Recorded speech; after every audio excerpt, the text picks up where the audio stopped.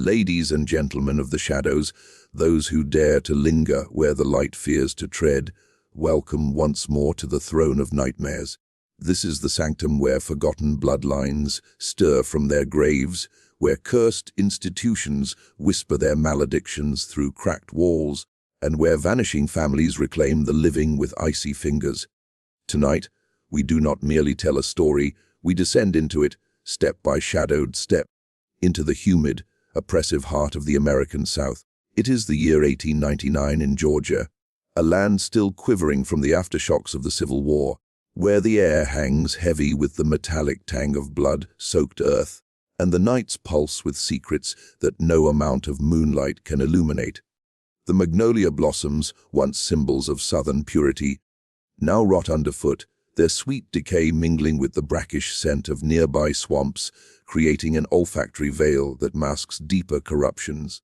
Envision, if you can bear it, the flickering glow of gas lamps struggling against the encroaching dusk at a forgotten boarding school on the fringes of Savannah. This is Elmwood Academy for young ladies, a monolithic structure rising like a decayed aristocrat from the mist-laden grounds, its white columns stained by time and neglect, standing as sentinels over manicured gardens that hide thorns beneath their beauty. Founded in the turbulent wake of Reconstruction in 1872, Elmwood promised to forge the daughters of the Southern gentry into embodiments of grace, poise, and unyielding virtue. It was a place where young women learned the delicate art of embroidery, the subtle language of fans, and the rigid etiquette that bound their futures like corsets too tightly laced.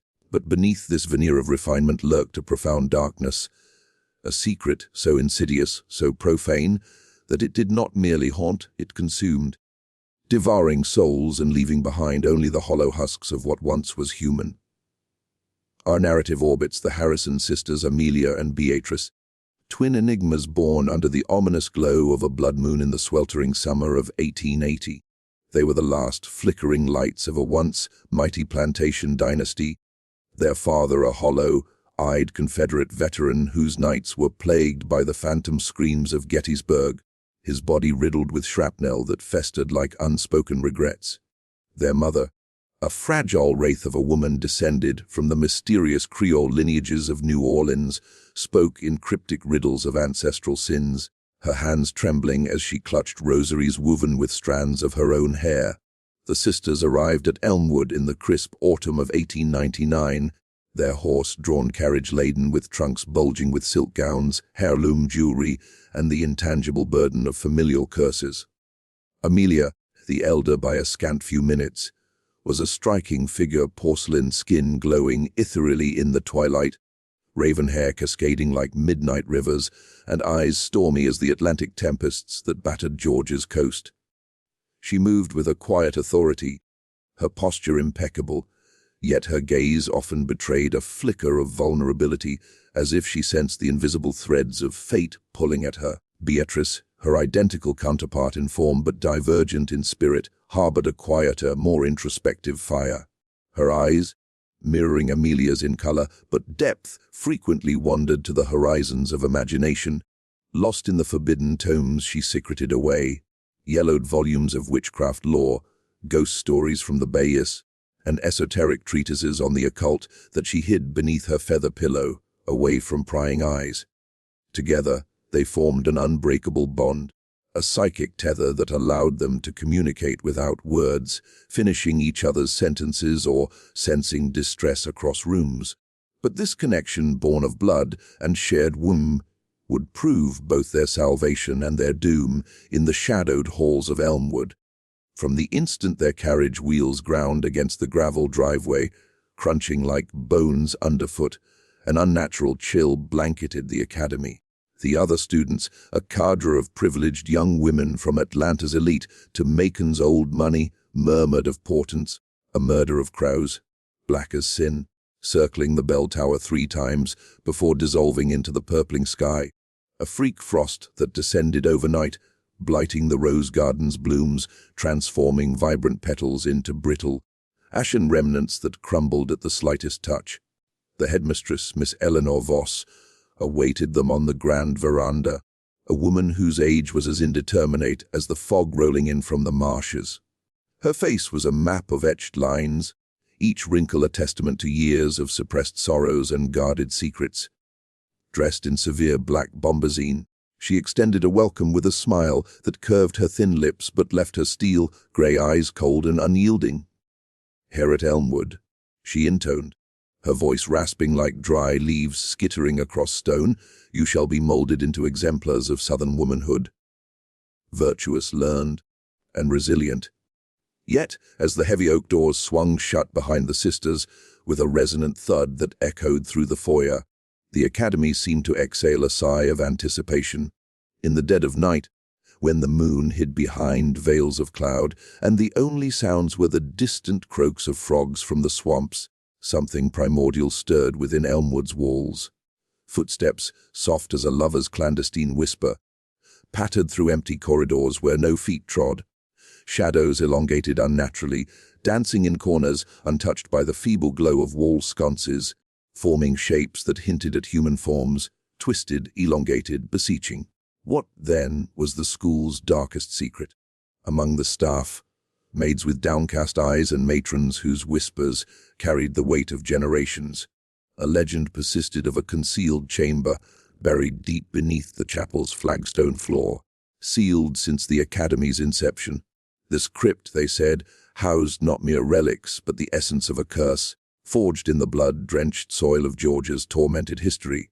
In 1899, the state was a seething cauldron of racial animosity, with lynch mobs prowling the back roads like packs of feral dogs, their ropes claiming 27 innocent lives that year alone, primarily black men and women strung up as macabre spectacles to enforce white supremacy. Elmwood itself was erected upon land once part of a sprawling slave plantation where the crack of whips had mingled with cries for mercy, and the red clay earth had absorbed rivers of sweat and blood. The founder, Colonel Harlan Voss, Miss Eleanor's paternal grandfather, was a notorious slaveholder, his fortune built on the backs of the enslaved. In his final, fevered confessions on his deathbed, he raved of interring something unholy in the Academy's foundations. Perhaps a desecrated relic from the Cherokee Trail of Tears, a path of exile that claimed thousands of native lives in the 1830s, or the preserved heart of a voodoo priestess he had condemned to the gallows for inciting a slave revolt. As the Harrison sisters acclimated to their new environs, sharing a dormitory with a dozen other girls whose giggles masked underlying terrors, the initial manifestations of the curse emerged with insidious subtlety. Beatrice, ever the sensitive one, awoke one sweltering night to a haunting melody, a lullaby crooned in an archaic dialect she could not place, seeping from the very plaster of the walls as if the building itself sang. The notes twisted through the air, low and mournful, evoking images of chained figures swaying in cotton fields under a merciless sun. Amelia, roused by her sister's gasp, dismissed it as the wind sighing through the ancient pines outside, but her own hands betrayed her, clutching Beatrice's arm with a grip that left faint bruises, her nails digging into flesh as if anchoring against an unseen tide. Come morning, with the first rays of sun piercing the lace curtains like accusatory fingers, tragedy struck. Clara Wentworth, a timid girl of 16 with flaxen hair and a penchant for romantic poetry, had vanished from her bed.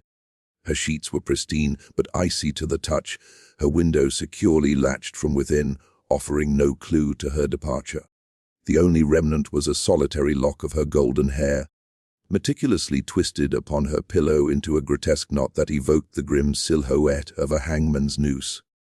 The authorities, summoned with haste, labeled it a youthful elopement or runaway fancy, but the girls knew the truth in their bones. Elmwood was not inert stone and mortar, it was a living entity, ravenous for the purity of its inhabitants, feeding on their vitality to sustain its malediction. Dear listeners, draw nearer to the flickering flame of your candle. Allow its warmth to ward off the encroaching chill, for this is no frivolous ghost yarn spun for idle amusement. It is a plunge into the chasm of mortal vulnerability, where the transgressions of forebears cascade upon their progeny like a deluge of midnight rain. and the south's interred abominations ascend like vapors from the fetid bogs. What compelled the Harrison sisters to unearth Elmwood's enigma? Was it mere youthful curiosity, or a profound, inexorable summons etched into their very lineage? As we unravel this sinister tapestry thread by thread, sense the frigid tendrils coiling about your spine, the identical shiver that ensnared those ill-fated young women in 1899, as the world poised on the precipice of a new century, yet remained shackled to the abyssal gloom of the bygone era.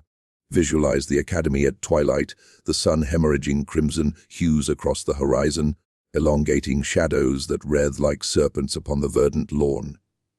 The bell tower tolls 9 solemn peals, each resonance weightier than the last, convoking the girls to vespers in the chapel.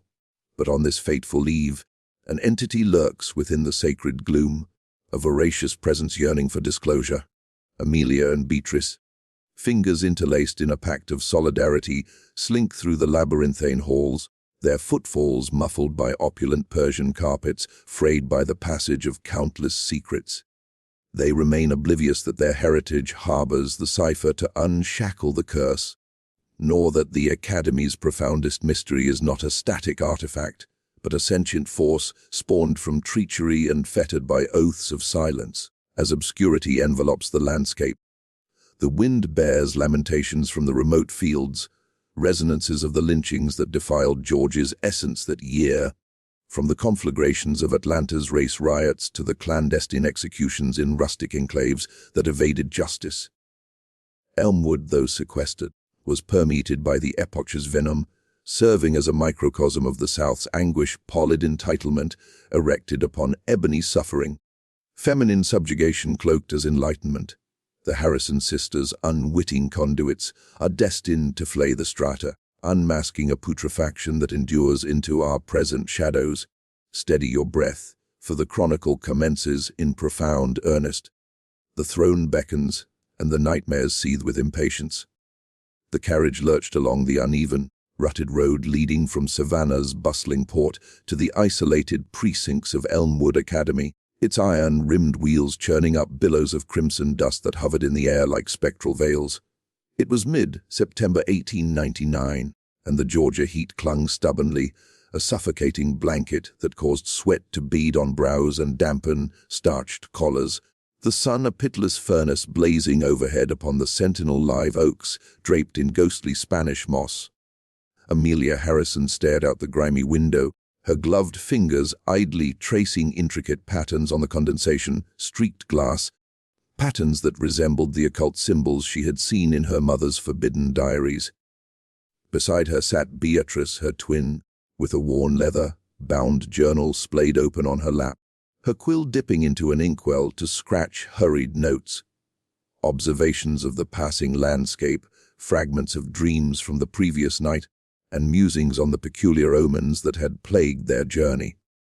The sisters were mirror images in physique, slender, willowy frames clad in traveling dresses of deep indigo muslin, alabaster skin that seemed to repel the sun's harsh rays, hair as dark and lustrous as polished ebony, and eyes the hue of violets bruised by storm.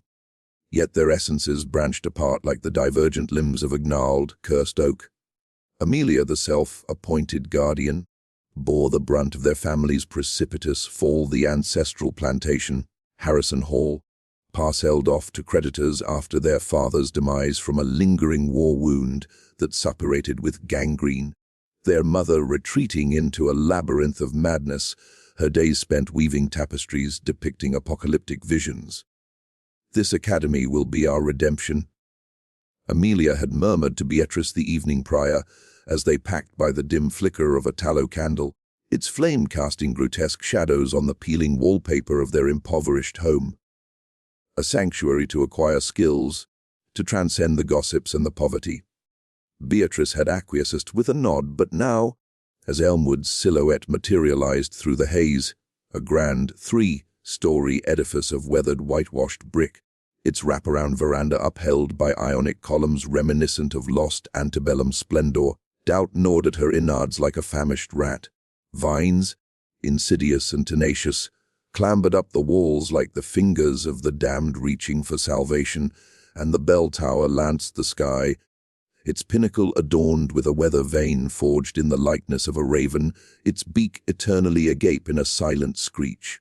The estate encompassed 50 acres of meticulously groomed lawns bordered by a rusted-wrought iron fence overrun with invasive kudzu, beyond which sprawled the treacherous swamps, dark, primordial expanses where alligators lurked in murky depths, their eyes gleaming like malevolent stars, and fireflies flickered like the souls of the unrestful dead.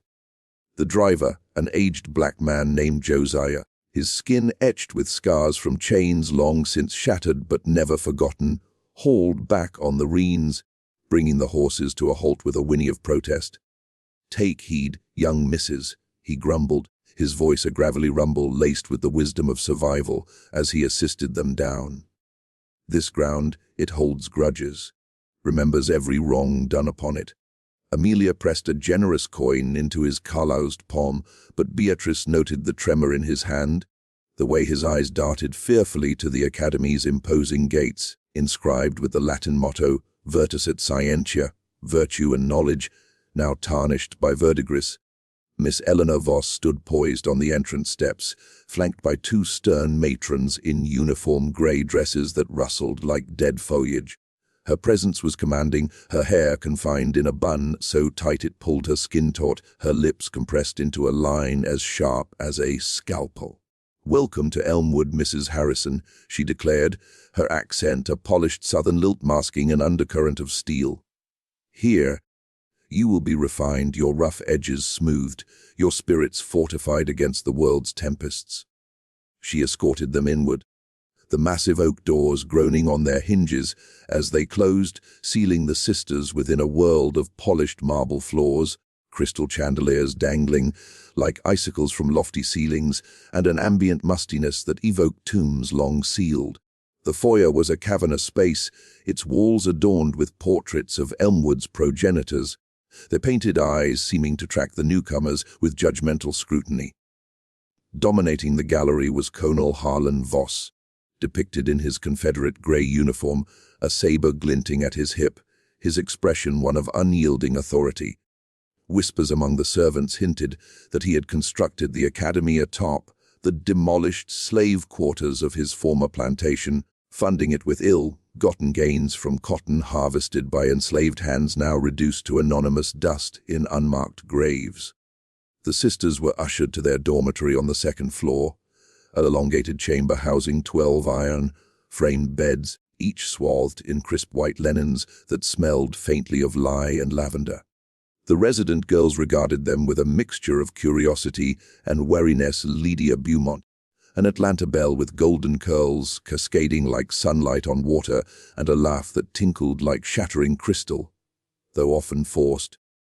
Clara Wentworth, a reticent soul with her nose perpetually buried in volumes of Keats and Shelley, her spectacles perched precariously, and Evangeline Thorpe, their direct roommate, hailing from Macon's wealthiest clan, her whispers carrying the authority of inherited privilege, her eyes shadowed by unspoken burdens. That inaugural night, as the gas lamps were extinguished one by one, casting the room into a velvety darkness, broken only by moonlight filtering through lace curtains, Beatrice felt the first insidious prickle, a sensation akin to invisible spiders skittering along her spine, cold fingers brushing the nape of her neck. She lay rigid, ears attuned to the symphony of the night, the creak of settling floorboards overhead, the mournful hoot of an owl perched in the oaks, the distant splash of something unseen in the swamps. Amelia slumbered fitfully beside her, her breaths uneven, murmuring fragmented words in her sleep. "Mother, the shadows, no."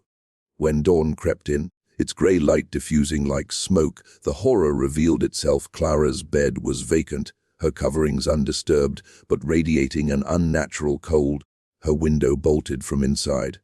Upon the pillow lay a single strand of her hair, coiled into a knot that mimicked a noose, its ends frayed as if severed by claws. Miss Voss convened the girls in the dining hall for breakfast, where silverware clinked against fine china amid the aromas of fresh biscuits, gravy thick with sausage, and the subtle undernote of swamp rot wafting through open windows. "Clara has doubtless eloped with some suitor," she proclaimed, her fork hovering mid-air, her tone brooking no dissent. But the girls exchanged furtive glances. Clara had confided no such romance, and her possessions remained untouched. Lydia leaned toward Beatrice during a moment of distraction, her breath hot against her ear. "This isn't the first," she hissed. "Last term, 2 girls disappeared without trace. They say the academy is accursed, erected on sacred native burial mounds or perhaps the site of old slave executions. The ground hungers." Beatrice's inquisitive nature ignited like dry tinder. That afternoon, during an etiquette lesson in the opulent parlor, where the girls rehearsed curtsies, the art of demure conversation, and the nuanced semaphore of hand fans under the vigilant gaze of Miss Prudence, a limping spinster with a perpetual scowl, she slipped away to the library. The room was a sanctuary of knowledge, shelves sagging under the weight of leather, bound Tum's treatises on Southern history, compendiums of botany and astronomy, etiquette manuals bound in calfskin. In a neglected alcove shrouded in dust motes dancing in slanted light, she discovered a tattered journal marked "Property of Harlan Voss, 1865. Its pages crackled as she turned them, revealing entries scrawled in fading ink accounts of post-war desolation. The soil weeps crimson tears. The spectres of those I enchained clamor for vengeance. I have entombed it beneath, lest it devour us wholly. A shadow eclipsed the page. Amelia, her countenance ashen. "What artifact have you unearthed?" Beatrice shared the discovery, and they devoured the confessions.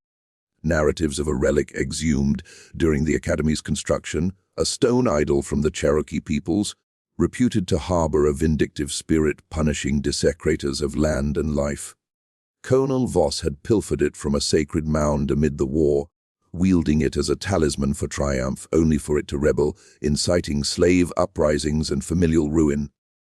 He interred it in the chapel's crypt, securing it with a ritual gleaned from the voodoo priestess he once possessed as property. That twilight, as thunderheads amassed over the distant Atlantic, growling like beasts in chains, the sisters embarked on their inaugural foray to the chapel. The edifice was a modest stone structure nestled behind the main building. Its stained glass windows portraying saints whose eyes appeared to weep in the intermittent lightning flashes. The door yielded with a protesting creak, unveiling pews cloaked in dust, an altar festooned with wilted lilies whose petals drooped like defeated banners. Beneath the altar's flagstones lay a concealed trapdoor, its edges camouflaged by years of grime. Descending the damp, most slick steps into the crypt, Beatrice ignited a candle, its flame wavering erratically, illuminating walls incised with arcane symbols identical to the one on Clara's windowsill. A circle cleaved by a diagonal line, redolent of ancient prohibitions.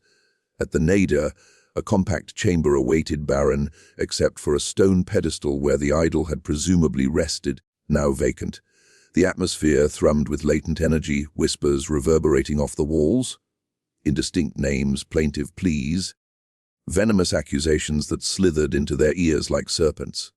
"It has been removed," Amelia whispered, her voice trembling. "Someone has roused it from slumber." As they hastened back to the dormitory, a piercing shriek rent the night. Evangeline stood transfixed at her window, her finger extended toward the swamps. I beheld her, Clara treading upon the water's surface, her gown billowing like a wraith shroud. The girls surged outdoors, lanterns swinging wildly, casting erratic pools of light, but discovered only impressions of bare feet trailing into the mire, dissolving into the inky depths, where bubbles rose like final gasps. The malediction had initiated its grim reaping, and the Harrison sisters found themselves inextricably entwined in its thorny embrace, their fates sealed by blood and curiosity. The ensuing days at Elmwood Academy dissolved into a miasma of palpable dread. The Georgia autumn advancing with a vengeance, foliage transmuting to hues of blood and flame as if the trees hemorrhaged in solidarity with the land's afflictions. Miss Voss decreed a stringent curfew, her visage a facade of contrived equanimity, but the matrons roamed the corridors with lanterns aloft, their steps resounding like the march of fate.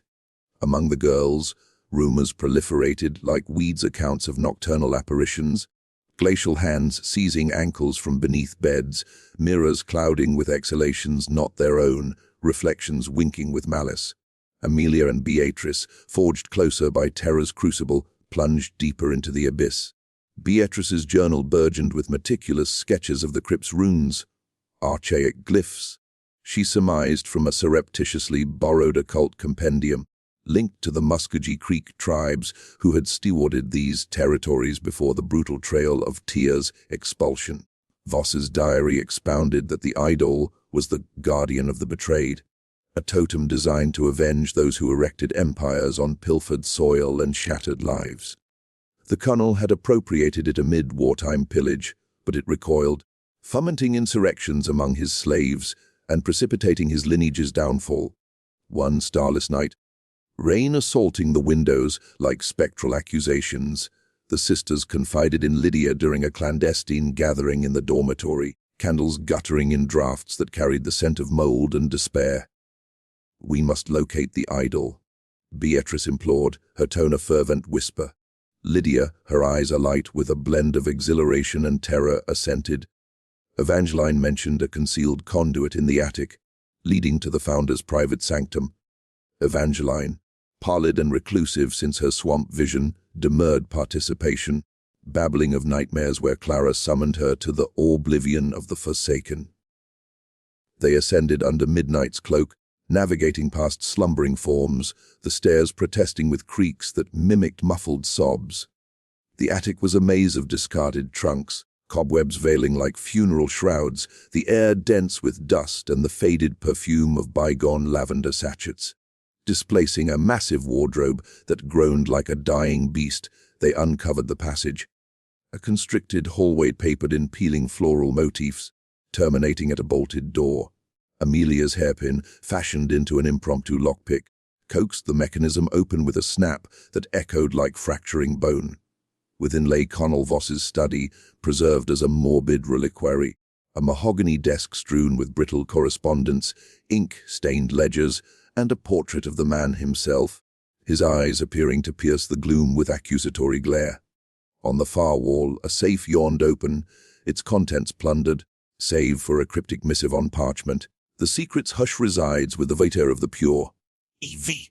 Miss Voss." Amelia exhaled in horror. But ere they could withdraw, a silhouette materialized from the obscurity. The headmistress, her nightgown a ghostly pallor, lantern elevating grotesque distortions across her features. "You trespass where angels fear," she rasped, her voice fracturing like lightning struck wood. "The curse safeguards us from verities too harrowing to confront." In a torrent of halting admissions, she unburdened her soul. The idol had been disinterred decades prior by her father, intent on its annihilation, but instead rousing its fury. Its sustenance drew from concealed truths, the Academy's genuine bedrock, not merely slave barracks, but a former lynching site where, in the 1870s, emancipated black folk were suspended for asserting land rights.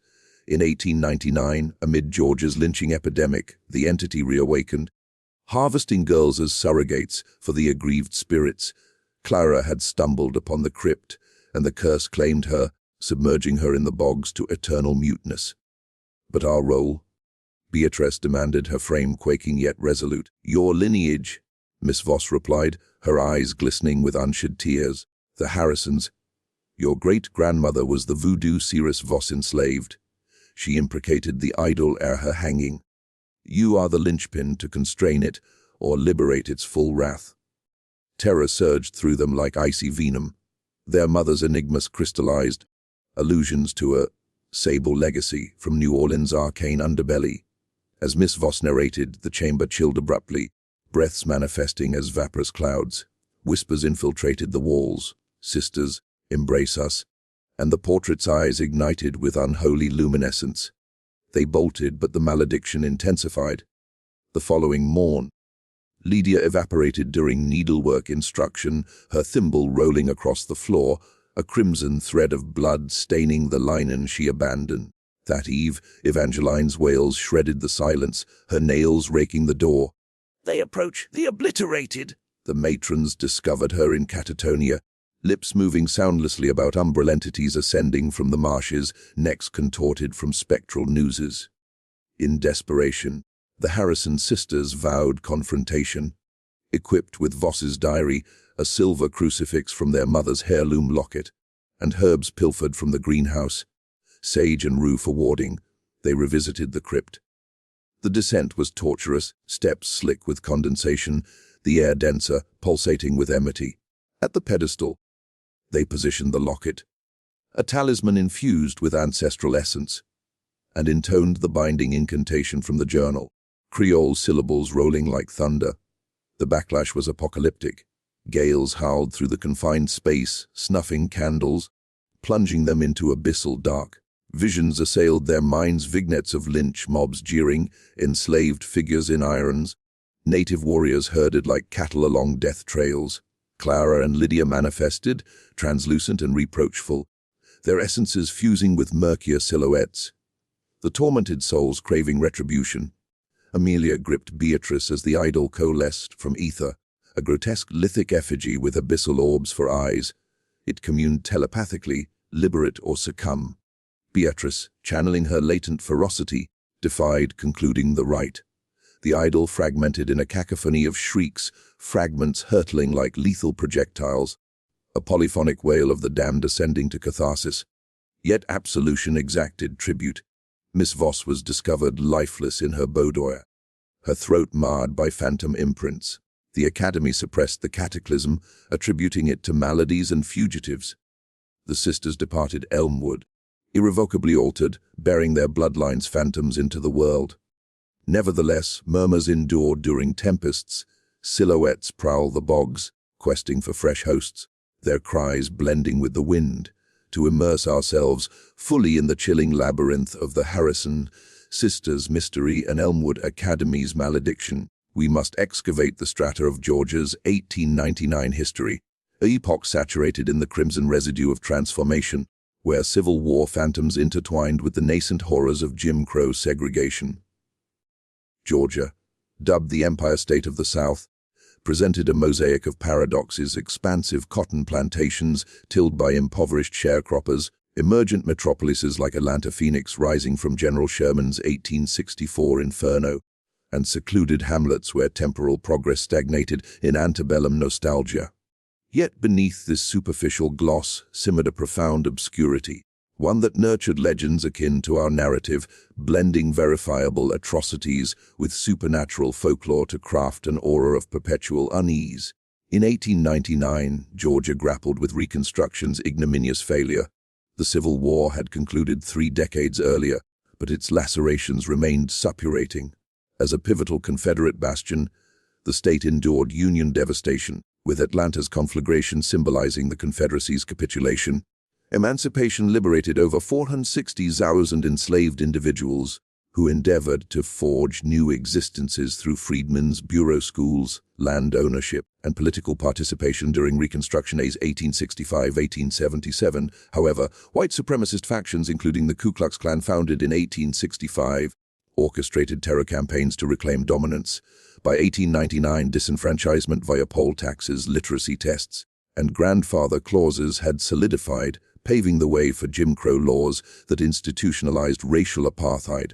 That year epitomized lynchings. NADA 27 recorded extrajudicial murders, predominantly targeting black Georgians accused of spurious offenses like insolence or fabricated assaults. The infamous Sam Hose lynching in Noonan on April 23, 1899, exemplified the barbarity. A mob of 2,000 tortured, mutilated, and incinerated him alive, distributing souvenirs of his remains. Similar horrors unfolded in rural locales like Palmetto and Leesburg, where bodies dangled from trees as deterrents, their shadows elongating in the moonlight like accusatory fingers. These were not isolated vigilantism, they were communal rituals reinforcing white hegemony, echoing pre-war slave patrols and post-emancipation black codes. Elmwood Academy, our invented bastion, mirrors authentic institutions such as the Lucy Cobb Institute in Athens, have founded 1859, a premier finishing school for white elite daughters, emphasizing decorum arts and domesticity amid Gothic revival architecture.